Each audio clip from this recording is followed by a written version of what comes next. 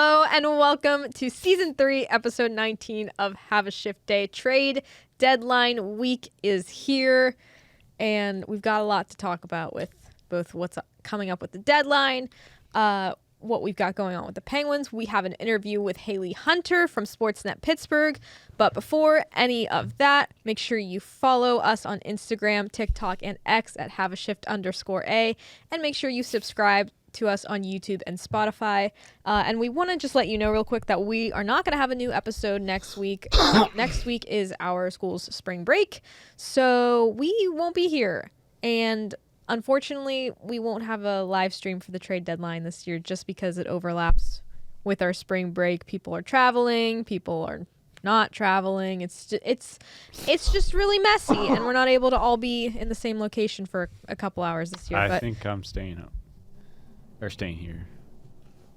You want a place to go? Spring break? Yeah, I think. Do you want a place to go? I got a place. You don't Anyways. want a nice vacation for a week? Anyways, I got a vacation on my place. I'll have the place to myself. Yeah, but a place in a nice, warmer state. Anyways, we will have some updates on social media when there is big trade news.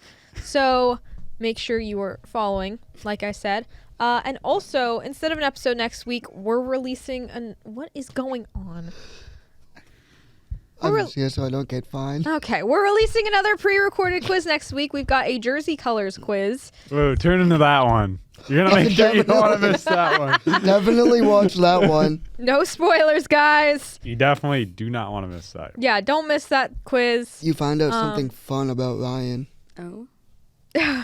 Maddie put together some of the team colors, logo colors. Shout out, Maddie. Yeah, shout out I'm babe. Maddie right behind the camera. Babe. Woo! Awesome job with that, and it was a good quiz. So we'll have that out for you next week instead of an episode, just so we're able to get you some content. And if you haven't noticed already, Faith is here today, filling in for Ryan. Yep. 2 out of 3 of us had no idea she was coming, but we're happy you're here. No, I just kind of show up. Guess the person who was Who will I be can't even lie. replacing Nick- who on today's episode? Nick didn't even technically invite me. He was just like, "Are you coming to the pod?" And I said, "I guess." And now I'm here. So Yeah, unfortunately, Ryan could not make it today. We maybe would have explained We're waiting for that. our coach to give us an update, but our coach is too busy doing something else.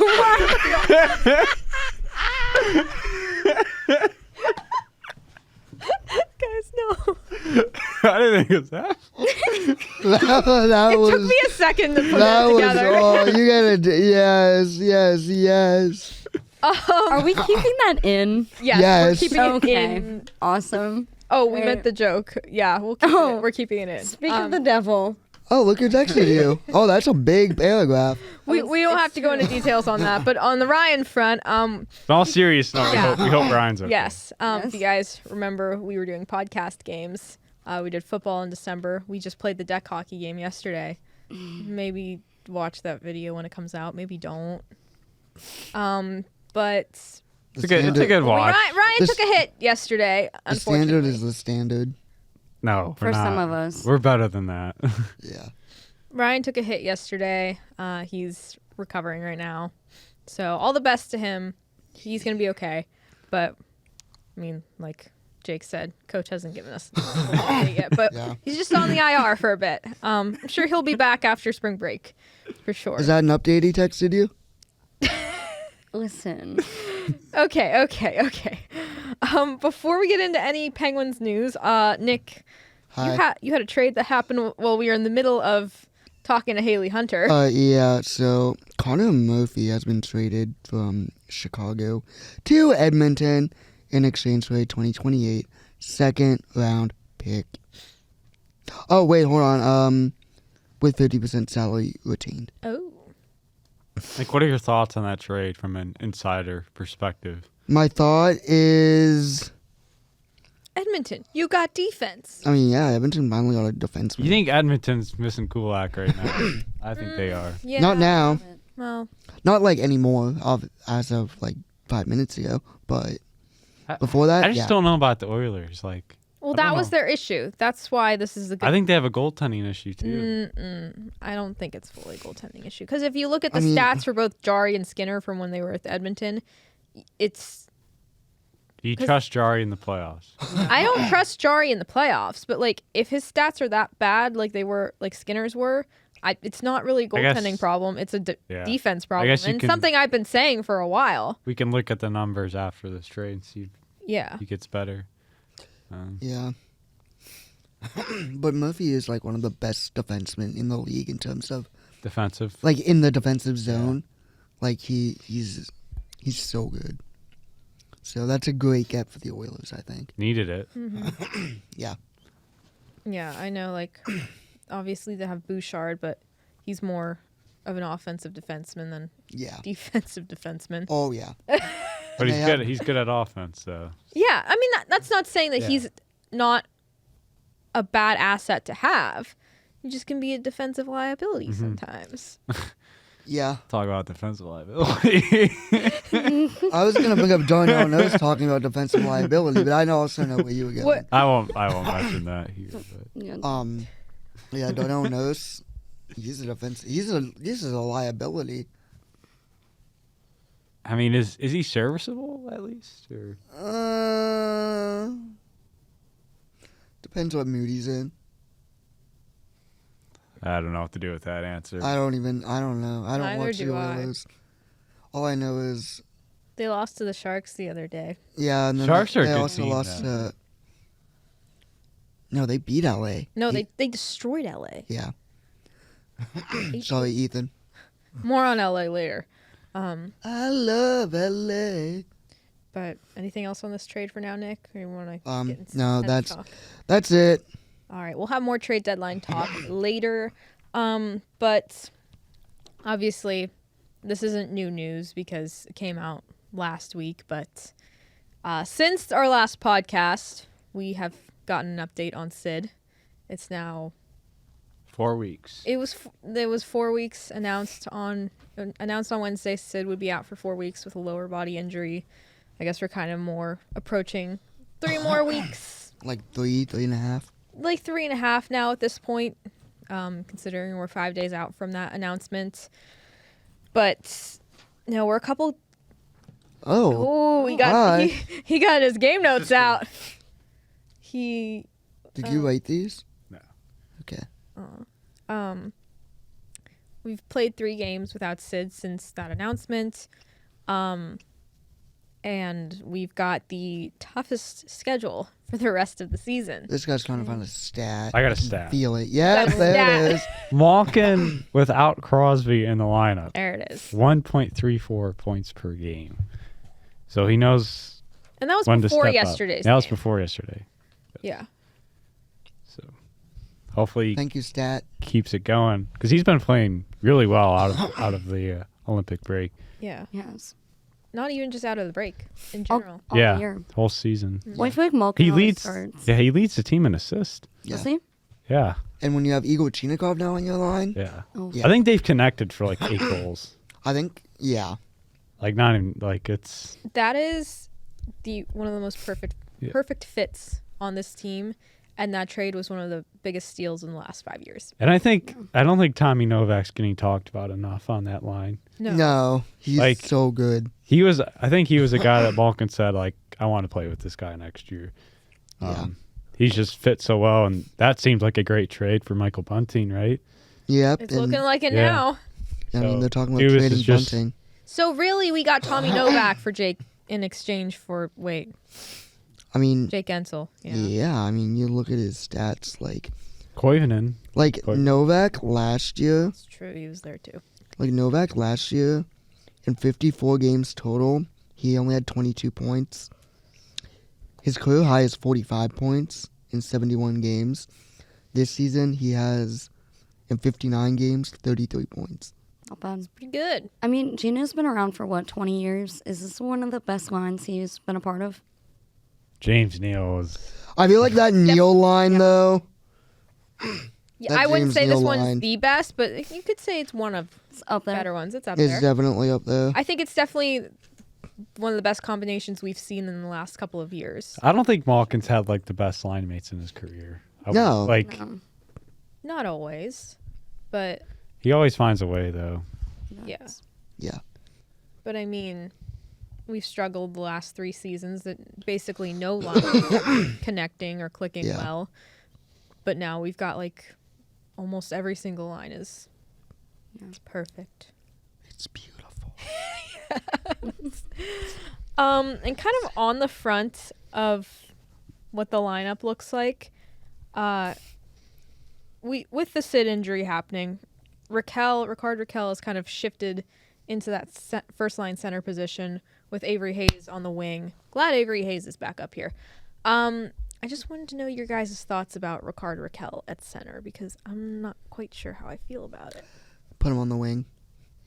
Yeah, he's kind of struggling in the face-off circle. Didn't he go like 0 for 8 against the Rangers? 0 for 10. 0 for 10? Oh, okay. Yeah, you can't do that. If you're a top line, if you are a first line center in the National Hockey League, and you're going 0 for 10 in the face-off dot, He's not a center. Liability. yeah. So why is he playing center when you have he got Tommy injured. Novak? When you have who else can play center? Malkin can play center, obviously. Ben Kindle. Ben Kindle can play center. I'm not messing with that Malkin. Yeah, Novak. that's the really No, tricky no. part about all of this. So you put Ben Kindle as their first line center. I mean, That's my only hesitation is that we had Kindle. I mean, okay, it's not really a hesitation, I guess, now that I think about it more. We haven't tried Kindle on the top line as a center. He was up there earlier on the wing with Sid and I believe Rusty. I can't remember when he was up there because Rusty was injured at the start of the year and then Raquel got injured. It was just kind of like blah. But I think it could be good to try Kindle up there. I mean, you can't have your center be over 10 with the schedule coming up. Like, you can't do that. You know? Like, you need someone that's else. unacceptable. Yeah. And I know Kindle's not really a veteran, but he's not a veteran. He's a rookie. Duh. He is not a veteran, man. But he's excelled at the center position being flanked by 2 veterans. Yeah, so let the kid go up So, there. At least until Friday, because I feel like Dubas should go center before Friday. We'll see what happens, but you've got 2 games coming up right before the deadline. Give him a shot up there. The only thing is, like, what's the third line going to look like? Because obviously if we just keep Raquel and Rust up at the top line, that means Avery Hayes gets booted somewhere else. Like, who's going to take that third line center position for the time? Via trade. Okay, I'm just saying, like, for the next 2 games without a trade. Sorry. With the evaluation, like, do we have to break up this fourth line? Because I feel like a line's going to get broken You can't break up. up this fourth. Both Achai and Lazar can play center, though. Yeah, that's the only thing. In lines that have played at least 250 minutes together, that line has allowed the least amount of goals against in the league. Yeah, that's the tough part of this. Like, we have the depth now. We just don't have quite enough depth because at one position. I mean, we just manhandled Vegas without that. Yeah, And- we did. Yeah, I mean, I'm not saying that, like, it's hurting us a lot. It's just, in the long run of this month, like, what are you going to do? But the opponents, like, we got Carolina, the Avalanche. We have Carolina 3 times. Yeah. We have the Avalanche twice. Thank you, by the way. We still have Vegas another time. And, they lost 5-0 to us. They're going to want to bounce back after that. Yeah, in Vegas. That's in Vegas, too. Yeah, we've got Utah to play. We've got the Islanders at the end of the month. Hopefully Sid's back by then. I think the Islanders are going to jump up. I think we're going to end up third, and the Islanders are going to end up second. The Islanders are very pesky. They will not go away. And if you go to overtime against the Islanders, you might as well just take your 1 point and leave because they have not lost. If we lose the Islanders, I can't stand the Islanders when we play them. Yeah. So that means when we're at game either 1 or 3, are you going to boo the Islanders like crazy? I can't boo up there. Or you could call off work and just buy a ticket. I can go there for free. Yeah, that's true. You won't be That injured is a by point. playoffs, I don't think. Huh? Do they have interns stay for playoffs? Yeah. For media relations? Mhm. Oh, I think that's different than how we do it in the radio branch, but Well, I'm I not will in be charge, sitting so- there booing. As you should. Me as well. you could just do it. Well, you Me and can Drew. do it on our behalf. Right, Drew? Right. Yep. Mm-hmm. He was not paying attention, but that's okay. Booing the Islanders. Booing the Islanders in game either 1 or 3. Do you think right now the Penguins are going to be in the top 3 in the Metro at the end of the year? Yes. I think We have a month and like 2 weeks to play, and we're second. Yes. I know. It's just like It's we've been- without Sid though. Like, we're without That's Sid, and we've got a gauntlet of a schedule. We That's our are only 2 worry 0 right and now. 1 without Sid thus far. very small sample. Yeah, but we size. lost to the Rangers. We got a point. I mean, Yes, you're gonna lose, but if you keep getting a point at least, you're fine. I think they'll. Like, I you're think not they'll fine make when the the Islanders playoffs are as a catching wild you. card. You're not fine getting 1 point against the 8th best team in the Metro. And then they follow that up with a 5-0 wallop against the best team in the West. What do you want? listen, Vegas is really I'm not. just saying, without Vegas! Oh, no, Oh, dear. You did not just say that, Faith Ann Miller. No, you did not. No, Did no, he no, pull no, a no, full no. legal name? I did pull the full legal name. Oh Listen to me. gosh. Between you and Ethan Van Dusen, listen to me. The Vegas Golden Knights are a good team. Me and Drew were having this discussion yesterday. The people who think the Vegas Golden Knights are not good do not know puck. No, I The never Vegas said they Golden were Knights- bad. I just said they're not as good as some of the other division Who would you leaders. say? Who else would you say are better? Points wise, Points wise, let's go. the Avalanche is better. Okay, well, the Abs are the Abs. So I I mean, know. that kind of makes sense. Tampa. I'm pretty sure we're better. I'm Western, pretty sure. Western Conference. Western. Oh, Western? Well, the entire top 3 in the Isn't Central. Utah better? Yeah. Utah's Utah? better. No. No? Top 3. What's Utah have, like 67? You got it. The She got you entire there, top 3 Nick. of the Central. She got you there. Okay, listen. I'm saying in a playoff series, I would not want to play the Vegas Golden Knights. I would take the Avalanche, the Stars, or I was the gonna say the Wild Stars, over Vegas. I would not take Minnesota or Dallas. Really? Yeah. I think Vegas has a goaltending liability. Their That's a goaltending- problem. their I don't- goaltending's I don't not agree with strong that. this year. That's not a The Pacific Division. Okay, the Pacific Division is weak. I know earlier in the year we were calling the Metro and essentially the entire East mid. My perspective has been changed on that. The East is very difficult and tough and tight. Like, yeah, there's been more space created within the wild card race on both sides, but like that. I mean, that happens as the season goes on. But like, Yeah, but I just, I'm not saying Vegas is a bad team. I just think that they're not as strong as we've known them to be. Specifically, at the I goaltending. still would not play them in a playoff. I still don't want to play them in the playoffs whatsoever. Even though we just walloped them 5-0. No, well, yeah. I still think Vegas is a top team in the West. I'm not saying they're not a top team in the West. I'm just saying there are teams that are better. I think the only other Good bit of team teams that are that better. scares me in a playoff series against the Vegas Golden Knights is the Avalanche. And that's it. That can be a hot take. I don't care. But Well, let me just read the points from the top 3 in the Central, and then I'll give you Vegas's points, and then we'll move on. yes, I know Vegas's points. I know that they're not having the best regular season. But I'm saying in the playoffs. Colorado has 87, Dallas Oh, has here we 81, go. Minnesota has 80, Vegas has 70.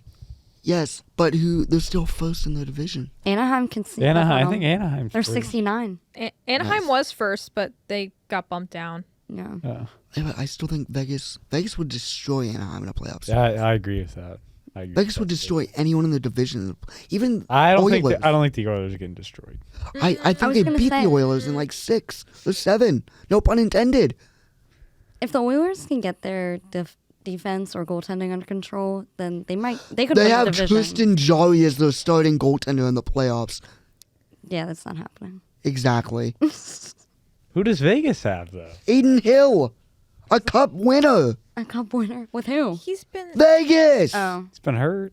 he hasn't been the greatest this year. Yeah. Okay, yeah. But it's the playoffs. Experience matters. Yeah. Just ask the Leafs.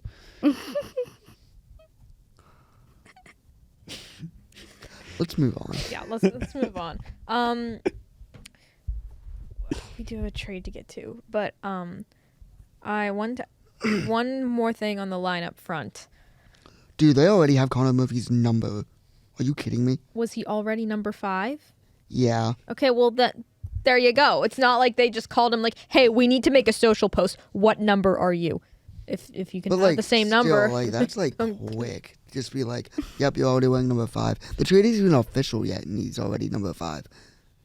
Anyways, with this whole center debacle that we have, say we do move Kindle to the first line as a center, which means Avery Hayes gets moved down, let's say, to the 4th line. No. Hypothetically,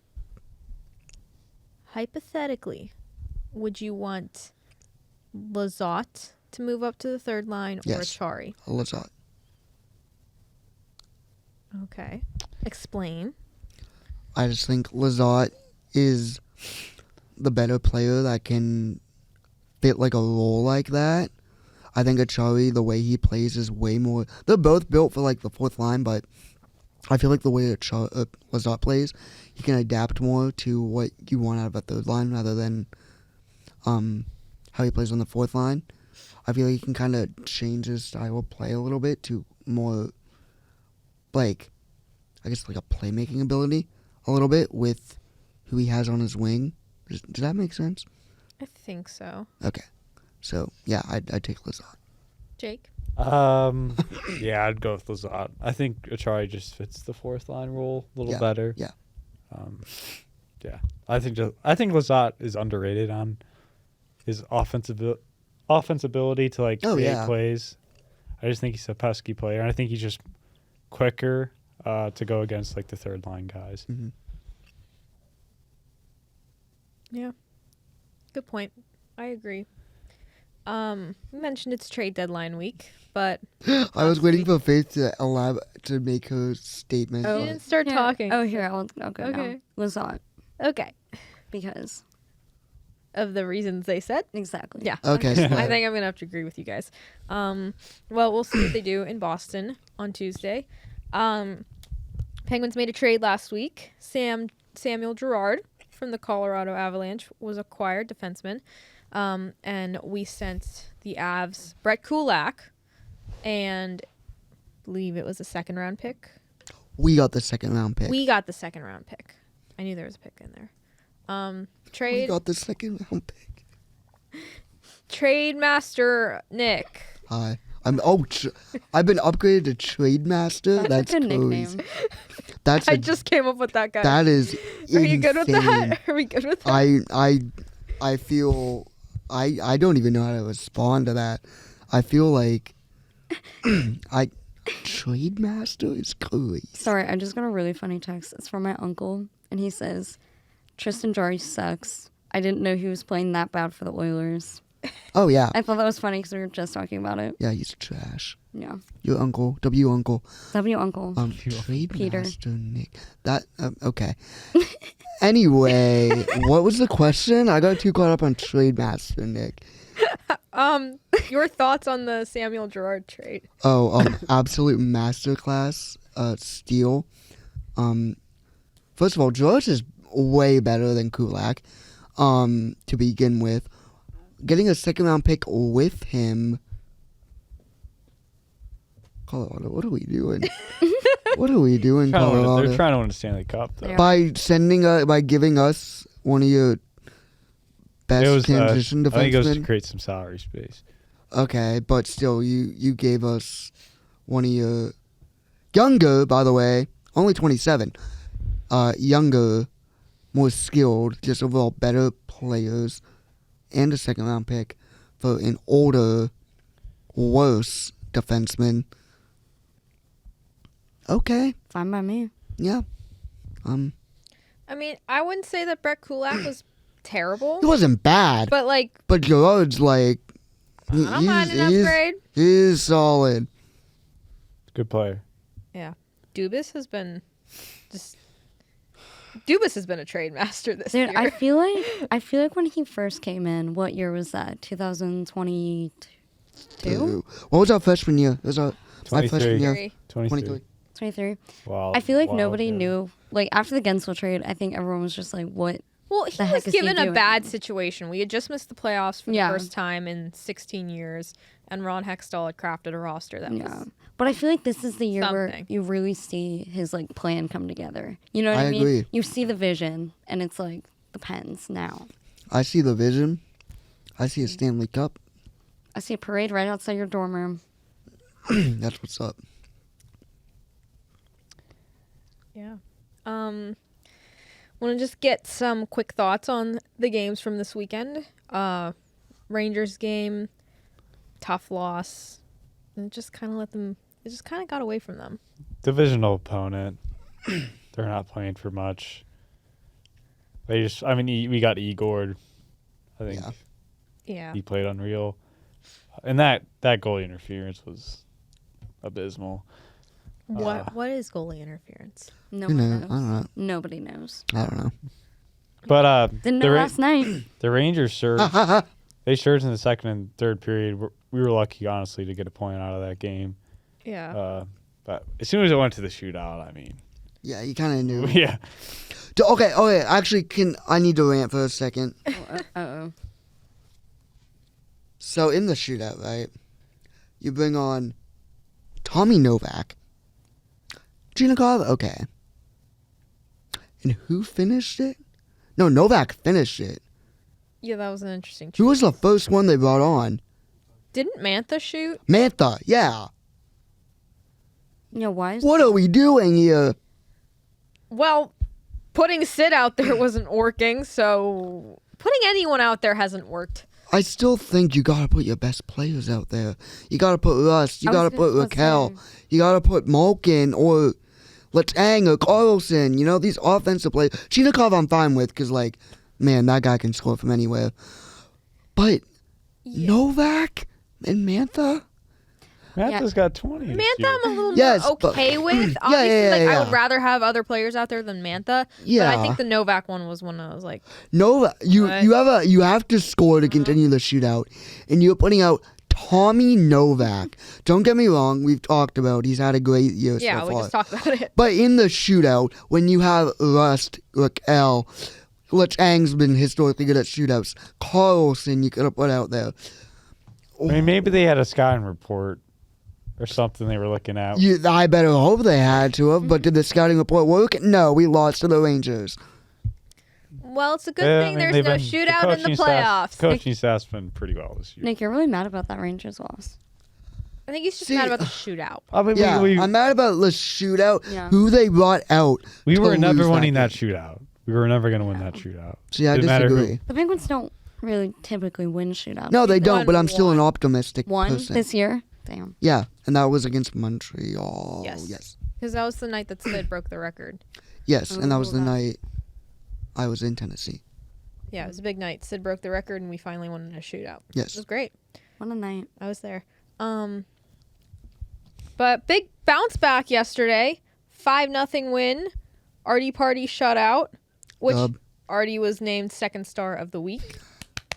He was named second star of the game. I'm just like saying NHL. No, I know, but for the 3 stars of that game, they gave Artie the second star. That's kind of crazy. Who got the first star? Kindle, I think. Makes sense. Excuse me. Wait, there was a game on during the day today? Oh my gosh, I forgot about that. Who? Detroit and Nashville. Detroit won 4-2. Why was there a game on? Yeah. I think it was a postponed game. Oh, that got rescheduled. Why did they reschedule it on a Monday afternoon, though? Je ne sais pas. Merci. Also, I thought it was je ne sais quoi. Or is that the French-Canadian version of Je ne sais quoi. No, je ne sais pas means I don't know. I swear it's je ne sais quoi. No. What? American Girl lied to me then. Je ne sais quoi. American Girl. Yeah. Means I don't know what.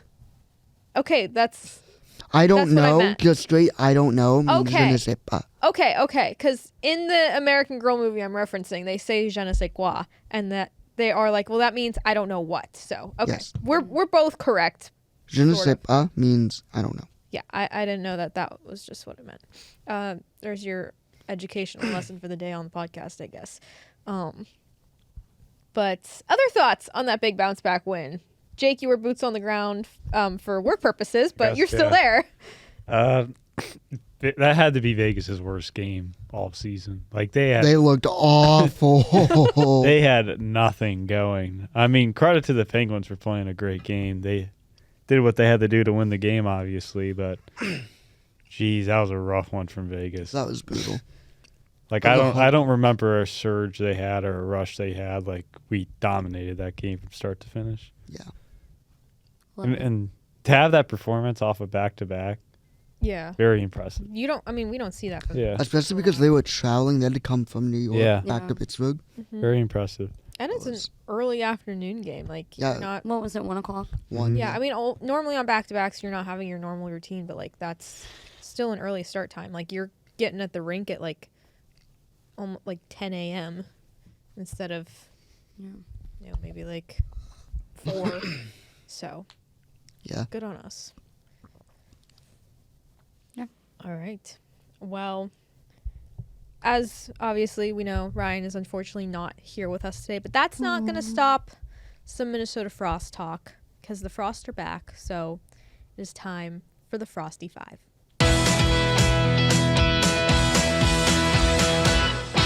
We're back with the Frosty 5. We haven't had one in a while. Like I said, Ryan is unfortunately not here with us today.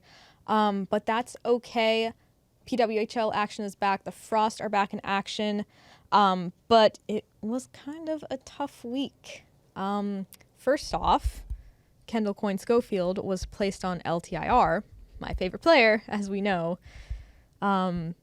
Rough, very rough loss for the Frost, losing their captain. She leads the team in goals with 10 and points with 16 at the moment. She is expected to possibly be back around March 13th, so hopefully won't be too much longer without her. That would be only one more game. The Frost would be missing her. So possibly slated for her to return on the 13th against the Seattle Torrent, which would be great. But in the meantime, the Frost signed Elizabeth Gagari to a standard player agreement to fill that roster spot, so not playing shorthanded. And like I said, rough week. Yesterday, the Frost lost 4-0 to Montreal, the Montreal Victoire, who got a major boost yesterday when they got their captain back, Marie-Philippe Poulin. She sat out the first game back from the Olympics. She was still dealing with that lingering injury she suffered against Czechia in the Olympics. Czechia has something against the Canadian captains, apparently.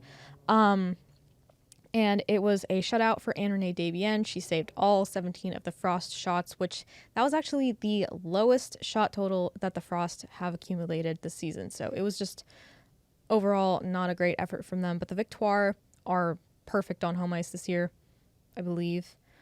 So it's going into Place Belle is a very difficult place to play. But don't want to end on a negative note here with our Frost update because, as we discussed before the Olympics started, 6 of the Frost players were going to be representing Team USA at the Olympics. And as we know, they came back with gold medals. Lee Stecklein, Kendall Coyne-Schofield, Kelly Panic, each winning their second gold medal in their career. And then you had Grace Zumwinkle, Taylor Heisey, and Britta Curl-Salemi all getting their first ever Olympic gold medal. And it's now established, now that we've got this pro women's league, they have the Walter Cup. You know, with the men's side, we have the Triple Gold Club, that's the Stanley Cup, IIHF World Championship, Olympic gold medal. We now have the Triple Gold Club on the women's side, which is really awesome. Instead of the Stanley Cup, it's the Walter Cup. And so all 6 of those women are now a part of the Triple Gold Club, which is just super exciting, super cool. So hats off to them, and congratulations on the gold, of course. So happy for all of them. And the next game that the Frost have will be on Sunday at noon against the Toronto Scepters. It'll be another game on the road. Expected to not have Kendall Coyne-Schofield again, like we said. And then, as always, let's do a quick standings check the Montreal Victoire, they jumped into first place yesterday by defeating the Frost. So they are now in first with 33 points. The Boston Fleet are in second with 32. The Frost are in third with 28.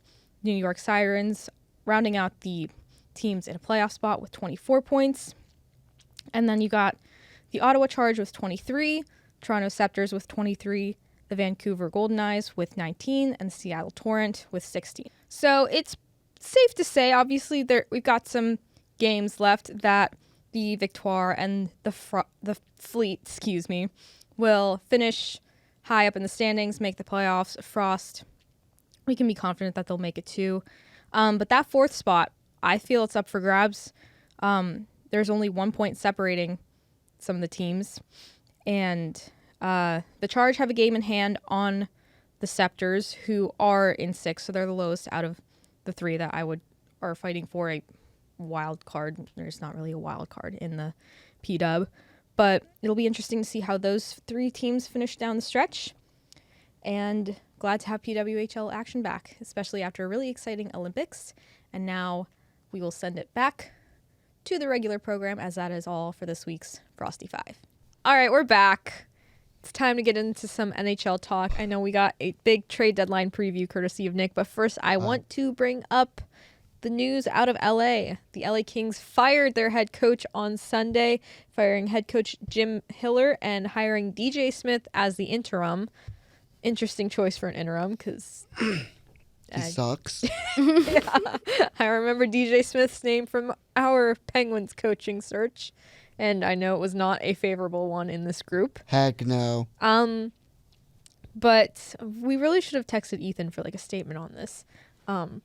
Maybe we can get one real quick. I got this. Are you gonna call him? I am gonna call him. We're gonna get a live statement from Ethan Van Duzen, our resident Kings fan. We'll see what happens.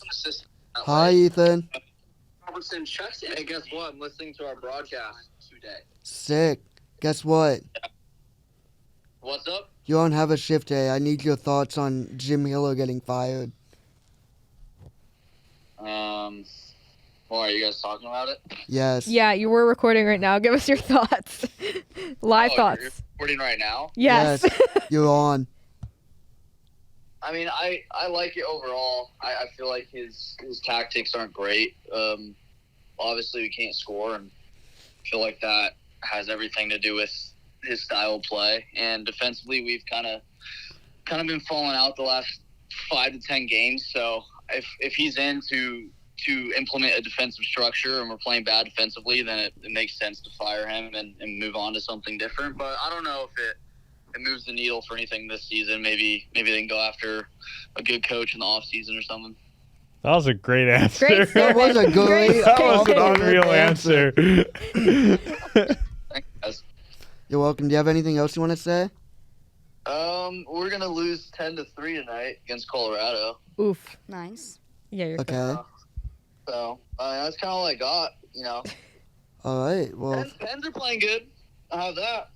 they are playing good. I could low-key see the Pens making a deep run in the playoffs. Oh. Oh, he that. said it. He said it. Take I that. could see it. I could see it. They look pretty good. Sounds good. Well, thank you, Deuce. Thank you, All right, you Ethan. guys have fun. Thank you. You as well. See you guys. Bye. Ethan Van Duzen, everybody. Great calling. Great statement. I don't think there's anything else we can add to that. No, Not he really. said it perfectly. I mean, just my personal opinion. I feel like that firing should have happened a little earlier, but here we are. All right. Trade Master Nick. Hi. Why did I come up with this name? I don't know. It's time for your It's trade time. deadline preview. It's Alright. your favorite week of the year. So what would you like me to just say? What we Just- talk about? Just go for it. Like, I mean, obviously, I think we know the top targets. We posted our graphic this Well, week. Maybe it's talk about some low-key of these. changed already. Well, talk about some of these top targets. Talk about the changes with who's in, who's out now, and just give us Honestly- the whole league overview. Honestly, just give me player. Just name a player, and I'll yap about him. Just go off your list. All right, first up, we got Whatever. Nazem Kadri of the Calgary Flames. Yeah, so there's like a lot of teams in on this man. Obviously he's a center. He's a bit older and has a decently large salary cap. But there's a lot of teams who want him, especially he's a notable playoff performer. And I don't know. Like, you talked about Calgary. Colorado? Yes, thank you. Colorado, clearing cap space. This will probably be, I think, where he ends up. If I had to predict. I think Kadri in Colorado, back in Colorado, would be great for them. And, yeah. Anyway, number 2. How many do you want me to name, by the way? You I mean, have a lot. you can break down your top 10, and then if you just have some quick hitters, my like God, right after Nick. that. Yeah, because I have 150 players on my Okay, list not right all now. of them. Just break down your top 10. Give us some Okay. more in depth on them, and then if you want to do like the next 5, like a little less depth Okay. after that, and then like 5 more quick hitters. Just make Okay. this quick. Well, at number 2, we have Vincent Trocheck. Once again, a lot of teams want him. He's a center. The Rangers suck. Obviously, Olympic gold medalist, and somehow. And I think for a team like the Penguins, he would be a great fit. So my prediction is Dubas is going to do it. You think so? I honestly do. I could see Dubas just be like, hey, haha, we need a center. Here's Trocheck. So that'll be my prediction. That the Penguins, because Dubas is on a spree of just fleecing and surprising, so. Who would we give up? And do you think we could just absolutely fleece the Rangers? Because, I mean, they kind of I think we got could fleeced on with it. Panarin. Yeah, we can fleece them. That's easy. Shoot, just give him like. Quick Give him Kevin Hayes and. question. First, yeah. In anything you've heard about Vincent Trocheck, has there been any talk about if New York is willing to retain his salary? Ooh, I think so. I think it depends. It's like a team-to-team basis. I think because of the Penguins still having a good amount of salary cap, they don't have to, I don't think. But, yeah. I think that's kind of also why I think the Penguins could get him, is because I think they don't have to retain any salary. Or if Dubas could talk them into retaining salary, which seems like he can, so. Because it's Dubas, so. But yeah, that's my prediction is Trocheck ends up in Pittsburgh. Even though a lot of people think he'll go to Minnesota, I'm just going to go out on a limb and say he comes to Pittsburgh. I know he wants to stay as close He wants to stay east as he east, yes. can. I mean, I know Minnesota's in the west, but they're not that far west, so. Yeah. Anyway, number 3 is Jordan Kyrou of St. Louis. Not to be outdone with the Penguins getting Trocheck, I think the Islanders get Kyrou. Oh, please no. There's No trades from the Islanders. Once again, a lot of teams in on him, which is why he's 3rd, but I don't know. I just feel like he'd be a good fit with the Islanders, which I don't want him to go there. For bias reasons, I think Kyrou on the Islanders would give them a nice scoring punch that they could use offensively. So, yeah. Anyway, staying in St. Louis at number 4, we have Justin Falk. I know the Oilers just got a defenseman, so this might change because I had the Oilers in my top prediction for getting Falk, but Do you think he'll get moved now? oh, absolutely. There's too many teams in on him. I think everyone in my top 10, I guarantee gets moved. But maybe Ottawa, maybe Boston, he could go to. If not Edmonton. Yeah, I don't know. I don't know. He's a guy who I think Edmonton really wanted. So it'll be interesting to see what Edmonton does now that they got Murphy, if they still go after defense or not. Anyway, number 5, sticking with Edmonton here, Andrew Mangiapane. Since nobody wanted him on waivers, they're going to have to be like, hey, here's Mangiapane in a 2nd-round pick for nothing. Oof. Yeah. But there are teams that can take his cap on, which I think a team like Anaheim honestly. A team that's in a playoff spot where it could be like a fourth line role. And they just have cap space to have him. So, yeah. Whew. Sorry, I'm like out of breath quickly because like my throat's still killing me. Anyway, number 6, Bobby McMatthews. Also known as Bobby McMahon. Yeah, the Leafs are in shambles.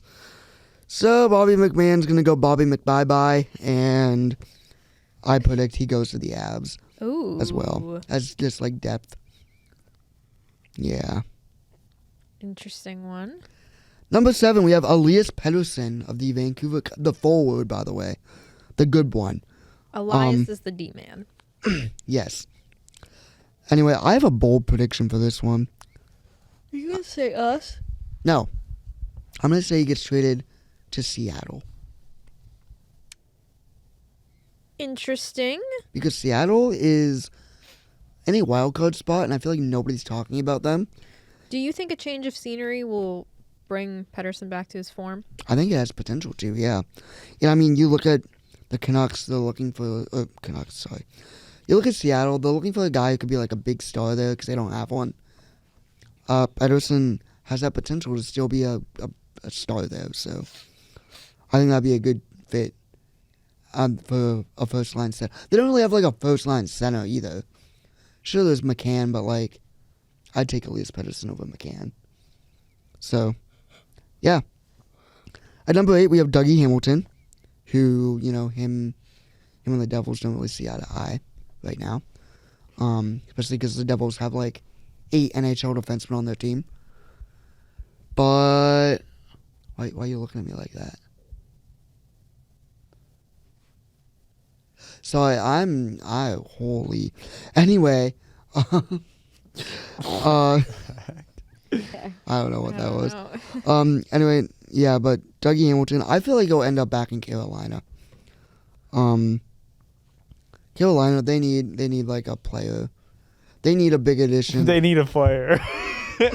They always go after like a big player each deadline, and they always end up just choking in the playoffs, which is probably gonna happen again. Specifically the third round. Yeah, so they're gonna. They probably won't make the third round. They won't make Probably. it this year They because probably we will.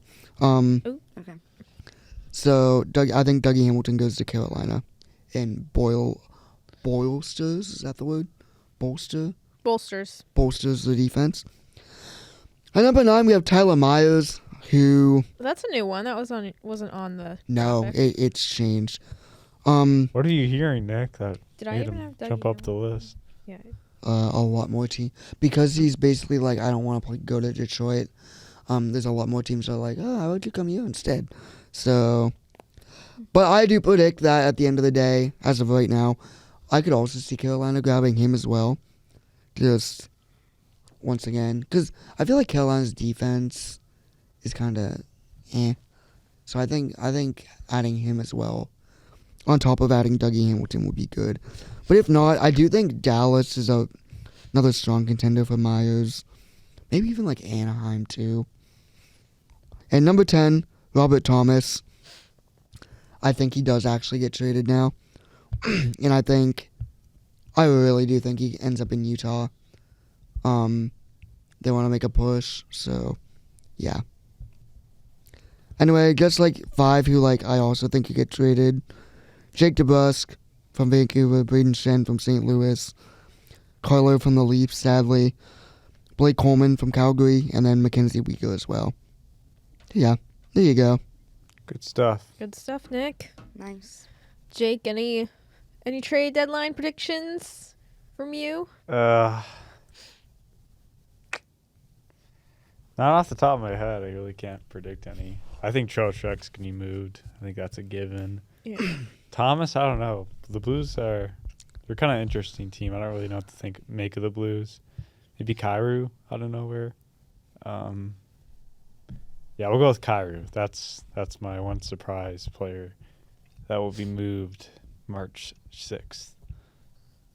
Faith? What he said. Okay. Megan? I'm gonna go a bit of an opposite take. I'm gonna say Bobby McMahon does not get traded. Ooh, okay. It just, when I was listening to 32 Thoughts this morning, it didn't seem like he was It's like on the 50-50. move. I don't know. Friedge just didn't seem that sure about it. Yeah, I basically heard that too. I think it's like 50-50. So I wouldn't be surprised if he doesn't get moved. Now, here's a prediction. You know how like every year you have that trade where it's like, huh? Like right at the end? Like the Brad Marchand one. Yeah, last like year? a guy who you just don't expect to be traded gets moved. Mm-hmm. That'll happen this year, again. It will involve Florida again. Why? Because I think that Sergei Bobrovsky goes to the San Jose Sharks. To the Sharks? Yes. That's crazy. It's interesting.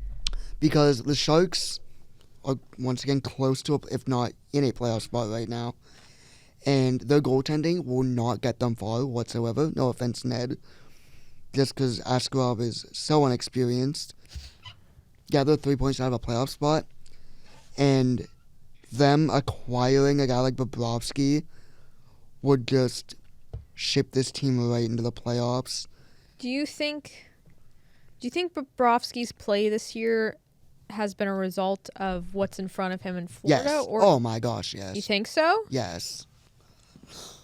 Do you think all of them are just exhausted? I think it's a combination of exhaust, injury, no Barkov leading your team. Mm-hmm.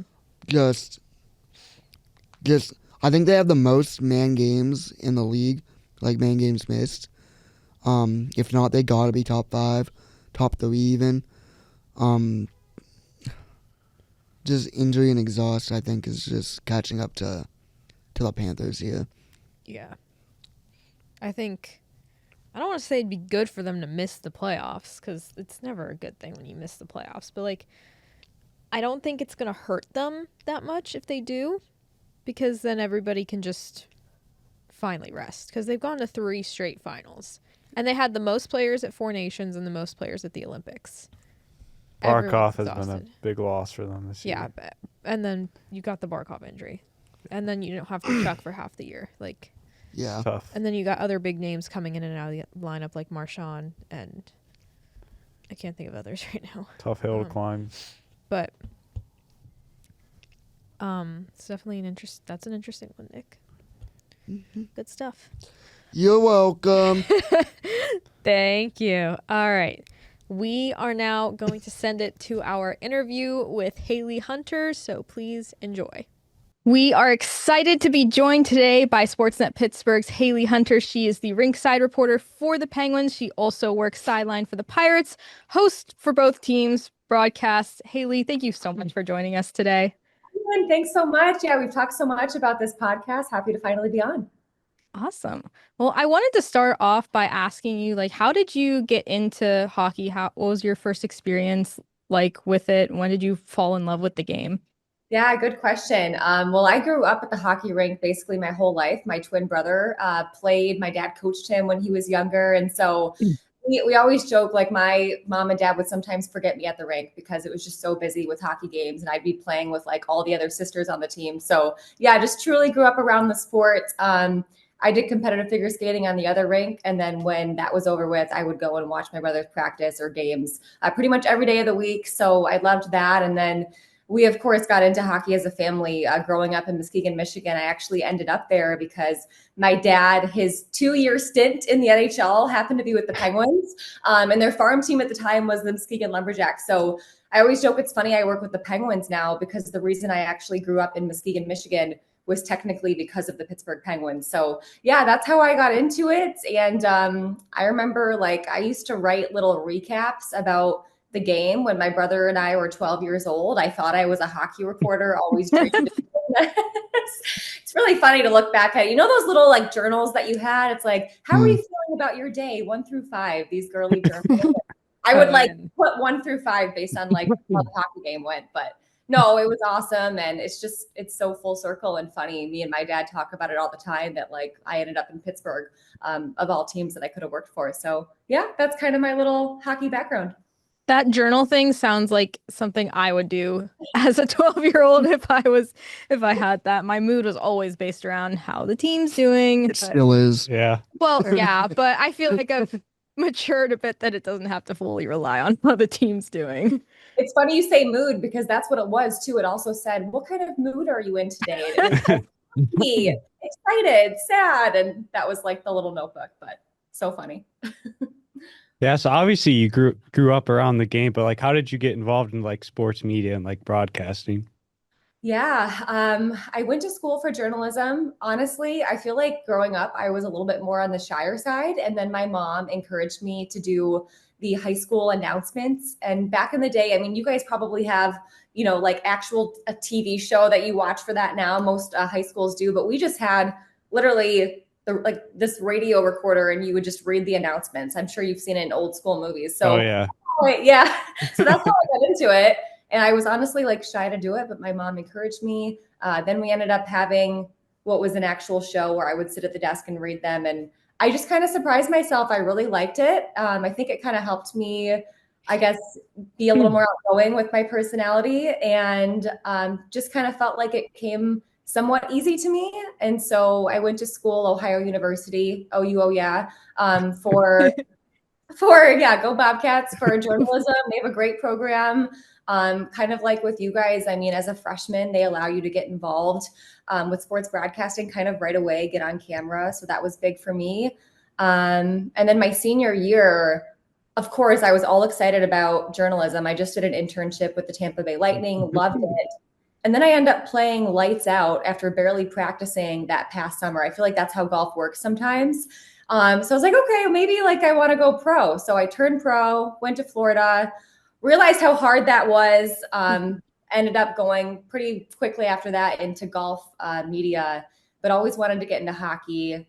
And that's when I kind of ended up getting picked to be the New York Islanders in-game host. And then with that on my resume, I think that helped me get this Penguins job. So yeah, the rest is history. Awesome. Well, you've been with the Penguins for about like 3 years now. You've covered plenty of stories.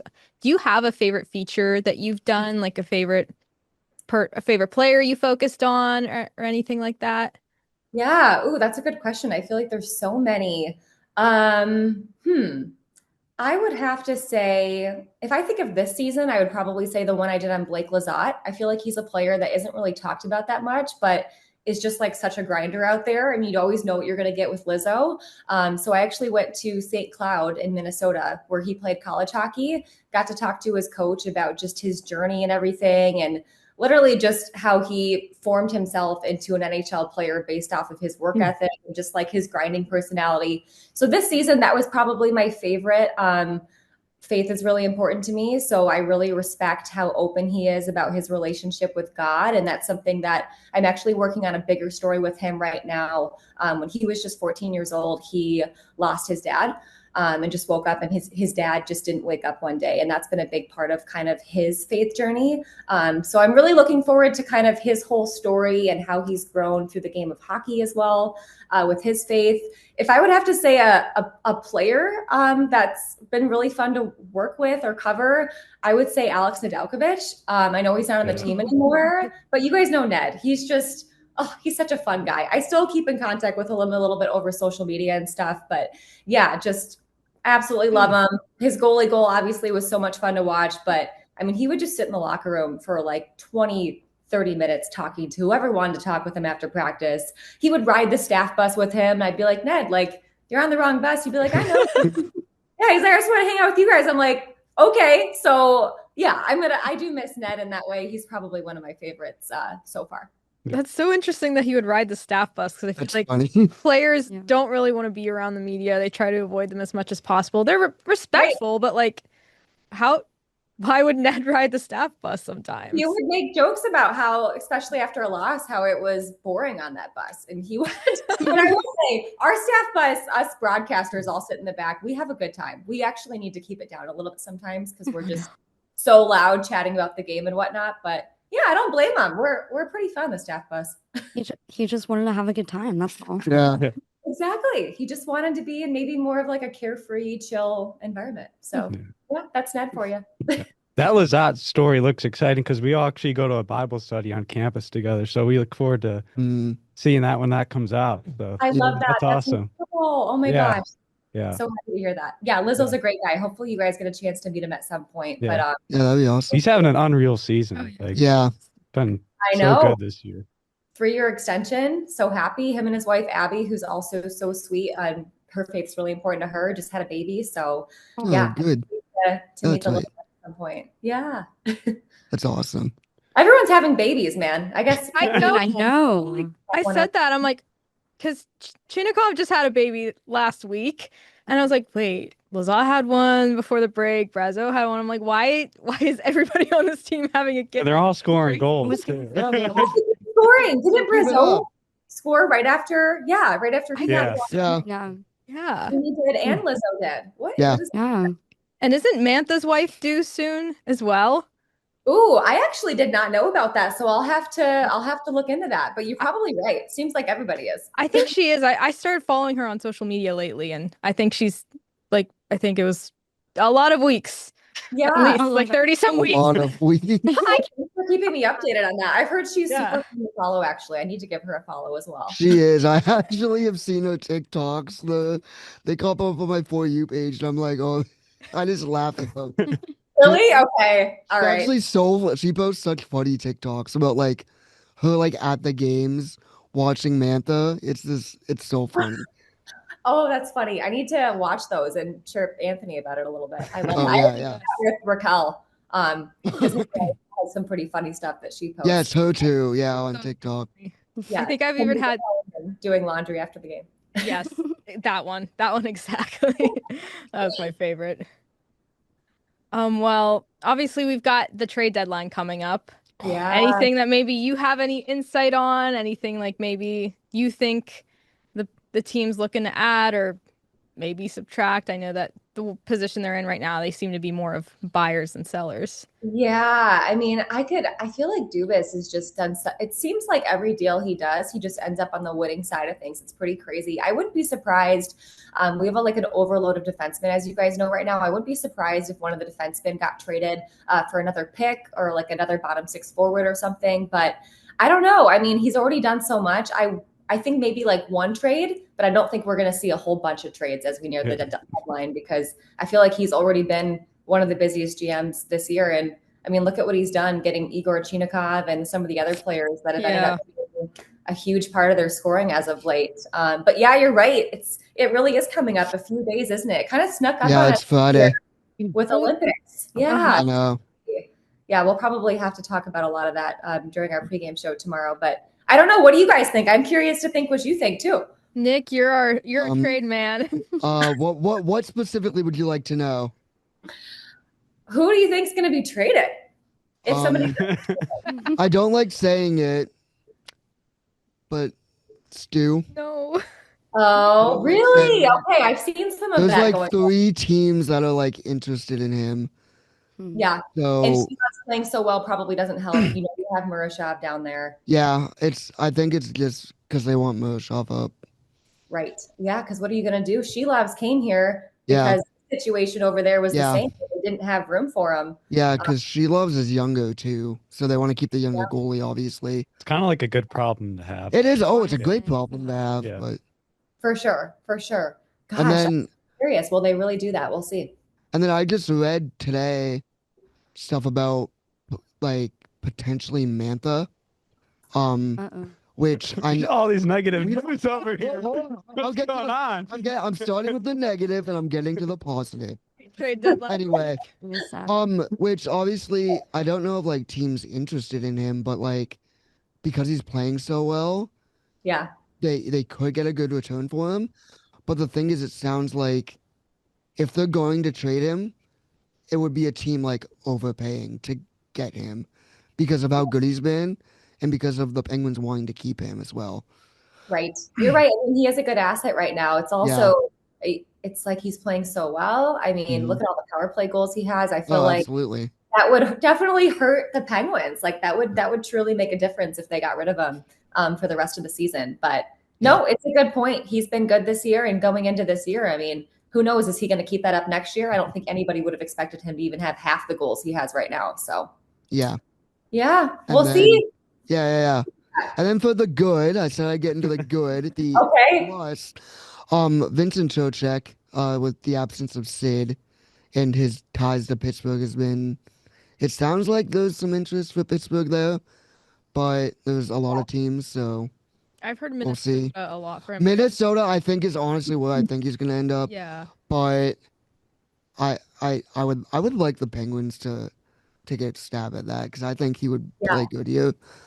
And then obviously there's Jason Robertson, but I don't think that'll be a deadline deal. I think that's more off-season acquisition.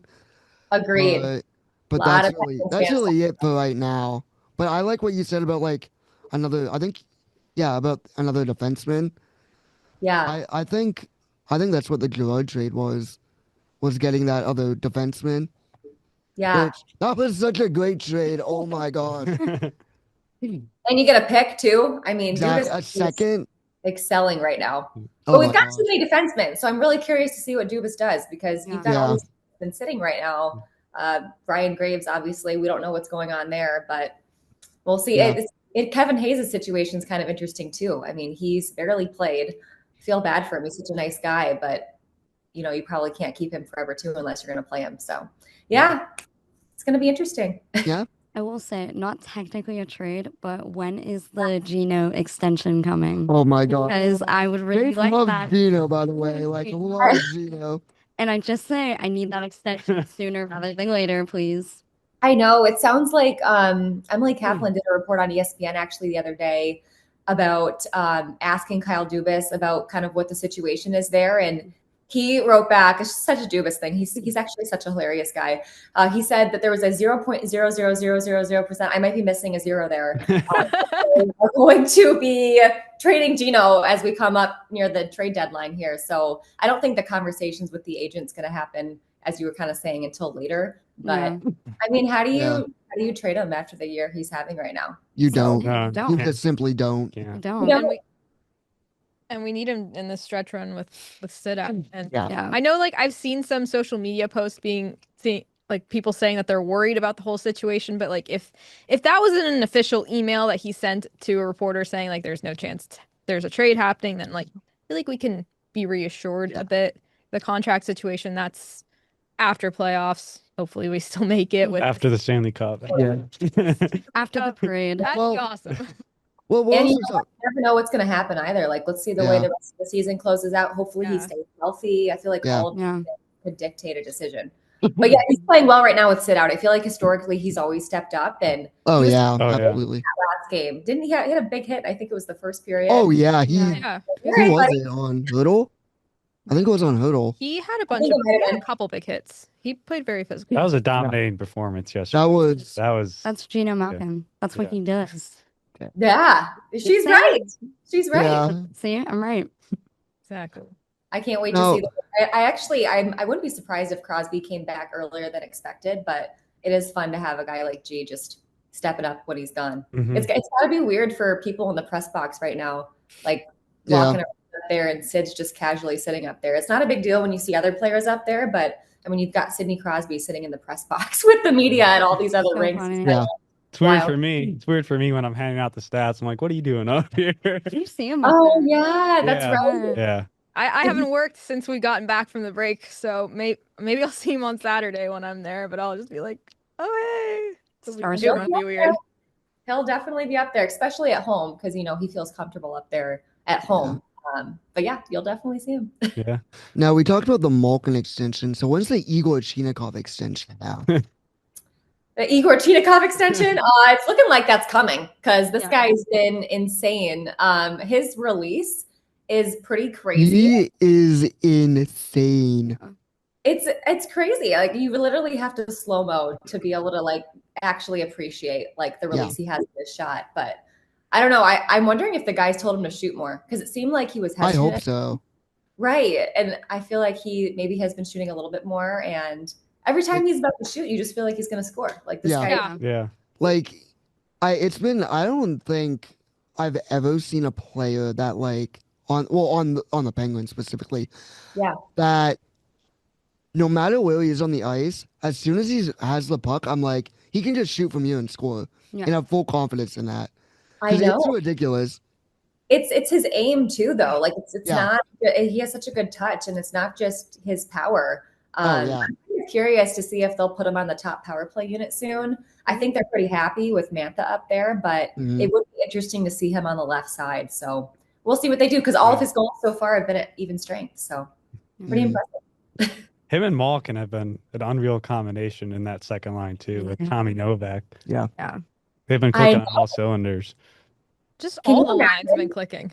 Growing up wearing a Penguins hat, as he told me, because of Gino, like around the house in Russia. And then, you're trying to like stay in the NHL. Then you get traded to Pittsburgh and you're like playing with Gino and scoring every game. I mean, that's just so cool. It's such a childhood dream. Yeah. Just extend all of the Russians. Just honestly, yeah. Seriously. I mean, they're doing well for us. So. Oh my gosh. I need to learn some Russian at this point if these guys are going to keep doing it as well as they are. Yeah, I mean, you told me he was trying a little.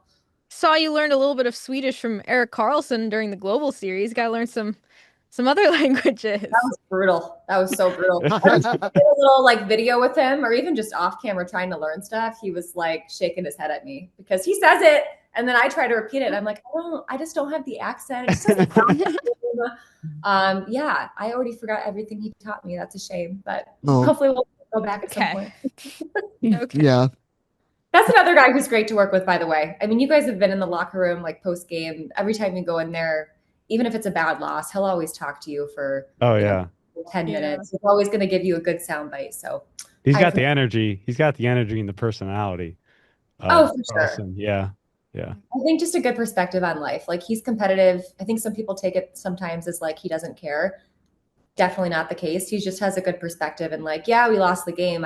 He cares a lot, but he also realizes it's not the end of the world. So I feel like he's always happy to talk after the game. Yeah, for sure. It's always a good mindset to have. Absolutely. Yeah, for sure. Did you guys see his interview with Biz on TNT? Oh, yeah. Yeah. I was smiling the whole time. I was like, Carl, where are we going with this? That was pretty funny. He was on there for 6 minutes. It was like a long interview. He was yapping. I've never seen an interview that long. That was awesome. But you know what? You got to put Biz in his place every once in a while. Yeah. Oh, Yeah. for sure. Do we want him to hop on the Penguins? Like, I don't know. Isn't he kind of like bad vibes? I actually will say I met him in Toronto in person. He's a very nice guy. So I would have. Yeah. I mean, he likes to give his opinion, obviously, a lot, but. Well, I mean, his train's working for the Sabres. That's true. So, that's true. Yeah, oh yeah. He switched. He's off the Leafs wagon. He's on the Sabres wagon. A lot going on. I dropped my phone again. Oh no. I've dropped it twice during this interview. Just like my fiance. Table. He drops his phone all the time. I always make fun of him. Well, I need to make sure I need to keep my phone on in case there's some trade that happens in the middle of this interview. That's true. It's deadline week, Megan. I know it's deadline. You should know this. Do you have It's the slimy deadline week. case? Or do you have like the grippy case? Like, do you have a case like this? I don't know what brand this is. It's like, I don't know if you can see it from here. Blue. It looks It's like blue. a slippery case. That's what my fiance has. I keep telling him to Is get it the logo that's like a star in between two parentheses? Ooh, I don't know what that is, but That's what the logo is, but it doesn't have like wording on it. It has a lot of scratches and marks, but Because you keep dropping it. yeah, I dropped my Exactly. phone. I love it. All right. Well, we'll get you on your way shortly, but I did want to ask one more question because we did bring up the Olympics briefly, and I know you got to work for the 2022 Olympics for NBC. Just what was that experience like? What were some of the sports you covered? And like, I know probably some of them were sports you may not have been so familiar with. So like, what was just that experience like covering sports that maybe haven't been around before? For sure. I was just at the rink talking to a couple people who were at the most recent Olympics, and they said the camera guys were laughing the whole time about how warm it was, and they didn't understand it. I wanted to be like, no, I understand it. It's because they were at the 2022 Olympics, and it was like negative 15 degrees. For all of us, who I was the furthest north, there was, I believe, 4 different sites. I did freestyle skiing, and when I was going there, I looked at Beijing weather on my phone, like anybody would, and it said, I think 5 degrees or something. And I'm like, okay, it's going to be cold. No. It was like negative 15 where we were at. So yeah, it was brutal. So I actually, quick funny story, when I was going to do a rehearsal with NBC, and this like, especially at the time was a huge opportunity for me. So I'm kind of nervous. And I went to get words out of my mouth. It's like -15 and nothing came out. Like I kid you guys not, I don't understand totally the science behind it, but my jaw muscles like froze up and I couldn't talk. So the whole time I was there, I had to have hot tea in my hand at all times. And whenever I had a chance, I would like run back up to this little area where they had hot tea and then run back to my interview location because it was the only way to like keep my jaw muscles from freezing up. So that was wild. That was honestly like the hardest part of the whole experience, not even the interviews, because I was just like, am I gonna like be able to talk when I try to have words come out? But no, it was really cool. I mean, it was obviously different than most Olympics because we had this thing that we had to scan with it being COVID, where we were basically just like hotel to venue, taking a car back and forth. It was really strict, but it was awesome. I mean, I did freestyle skiing. Have you guys watched like moguls where it looks like we're going to break going down all those hills? Yeah. Insane. Wild sport. Aerials where they go off that big hill and do like flips. Like flips and stuff. It's crazy. I remember the first time watching that and I was just like, this is nuts. Like you have to be wired differently to do this. But all the athletes were just so nice. A lot of people don't realize that a lot of these athletes, they like pay their own way there. They, they're living out of their car half the time, working at a coffee shop to make enough money to go. So I always have so much more respect now watching the Olympics because a lot of people I think don't know that. They think that all these people have money, but they really don't. They just do it for the love of the sport. So it was awesome. Once I was able to talk again with hot tea, it was a great time. So yeah, really grateful for that experience. I did get to go to the gold medal game, but it wasn't really the same because NHL players weren't playing at the time. So it was a little bit more fun to watch the NHL on TV. Oh yeah. Especially this year. That continues. I love the NHL and the Olympics. Otherwise, it's kind of, I hate to say it, but just it's not really as fun without it's not worth watching. I mean, when you know these, when you have fans who know these athletes, know these players, like they're gonna want to tune in to see like what they can do on the world stage. Better for the game too to have. Yeah, I mean, with the amount of success that this year's Olympics and Four Nations had, I definitely see like NHL at the Olympics being a consistent thing. I know they want to make it a consistent thing, but like there's no denying it needs to be. Yeah, for sure. Every 4 years. It could have been more exciting too. I feel like the whole storyline was drawn up so perfectly. So you really can't go back after this. People will legit be mad, I feel like, if they say the NHL can't go back to the Olympics. So absolutely. And the players were so because that was rough. Yeah. Well, Hailey, thank you again so much for joining us. I know you've got a lot of stuff going on that you got to take care of, but thank you so much for taking the time to talk to us about hockey, Olympics, just everything. And we will see you around at the rink very soon. Yes, look forward to seeing you guys again. Nice to meet everyone I didn't meet, and keep it up. 3 years with the podcast. That's awesome. Thanks for having me. Thank you. Thank you. You're welcome. Thank you. See you guys later. Bye. Yeah. Bye. All right. Thanks again to Hailey for joining us. Thank you. That was amazing.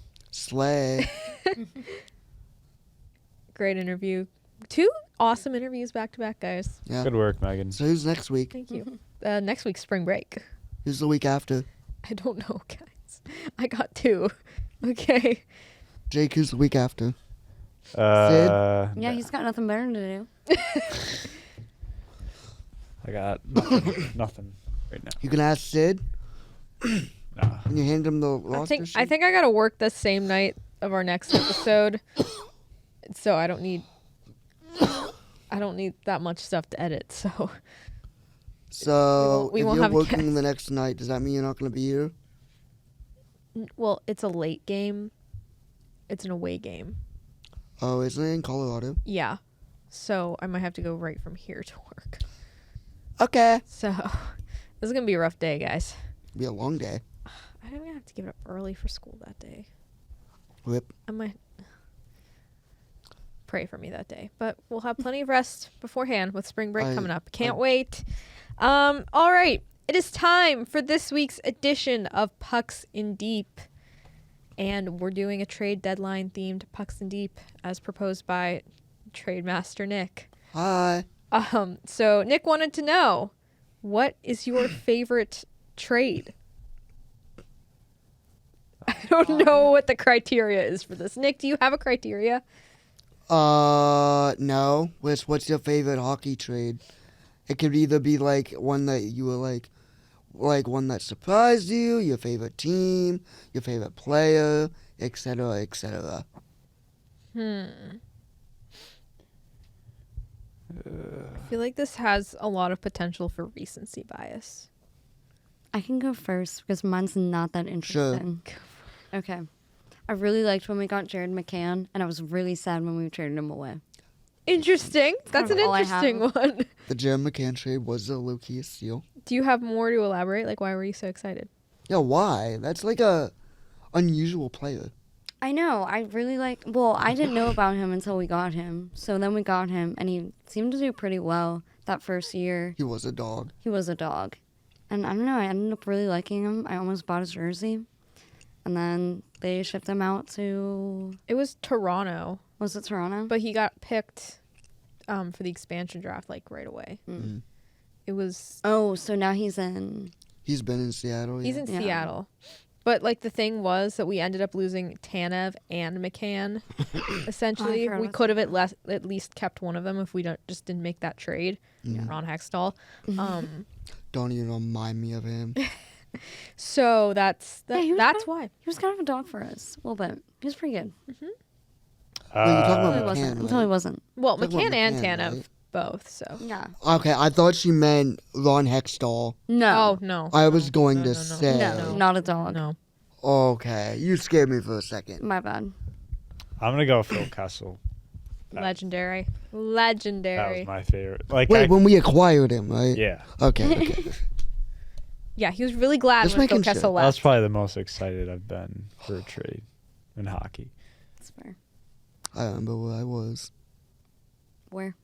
I was in my living room, looked at my phone, saw it, turned to my mom, who was doing laundry and folding laundry on the couch, and I was like, "We got Phil Kessel!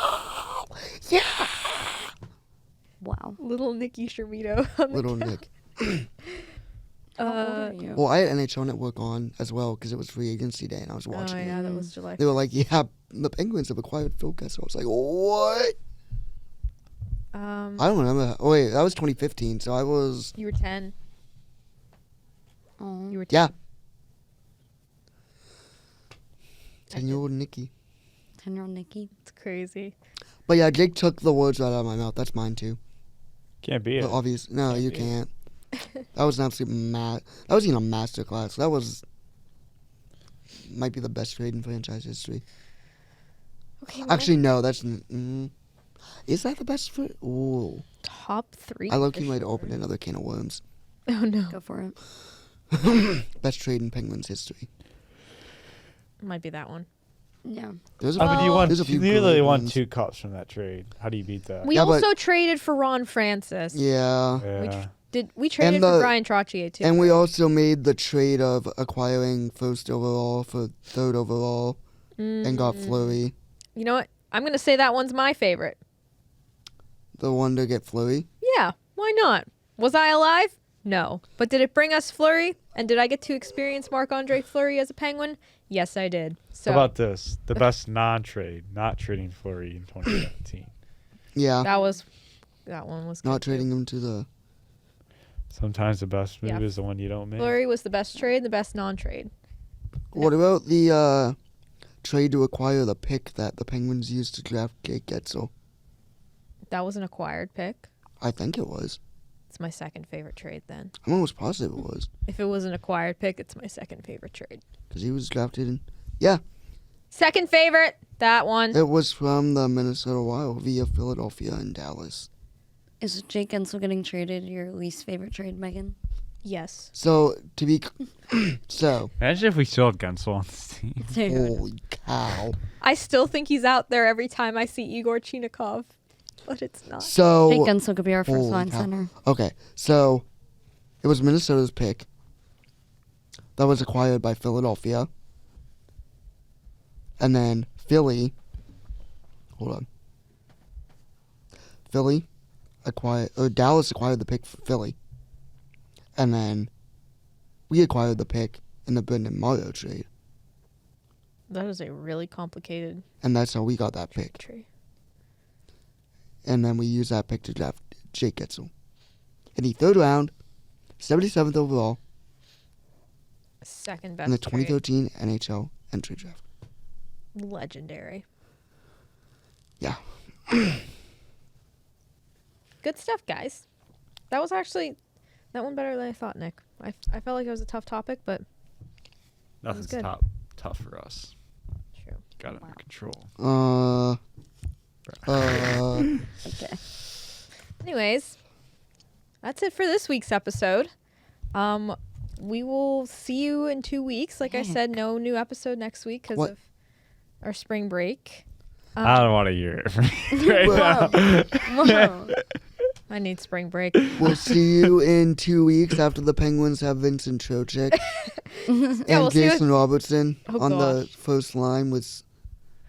Dude, hold on one second. Oh boy, here we go. Can you imagine Robinson, Crosby, Rust, and then your second line is Raquel, Trocheck, and Malkin.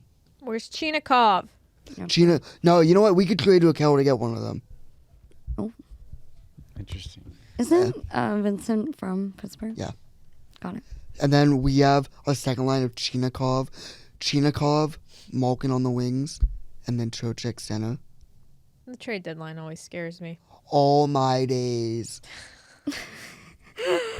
Anyways, make sure you subscribe to Have a Shift Day on YouTube and Spotify, especially if you enjoyed this episode. And make sure you're following us on Instagram, TikTok, and X at @HaveAShift_A, especially because we will be posting trade deadline updates throughout the week as the trades happen. Make sure you tune into our jersey color quiz next week. See who takes that and 3 extra points in trivia. We haven't done trivia in a hot minute, but we've been busy with some guests. Tawivia. People have been in and out of the lineup here, but trivia will come back soon. Guarantee. Thanks again to Hailey Hunter for her time. Hi. And we will see you guys in a couple weeks. Thank you. Bye. Thank you.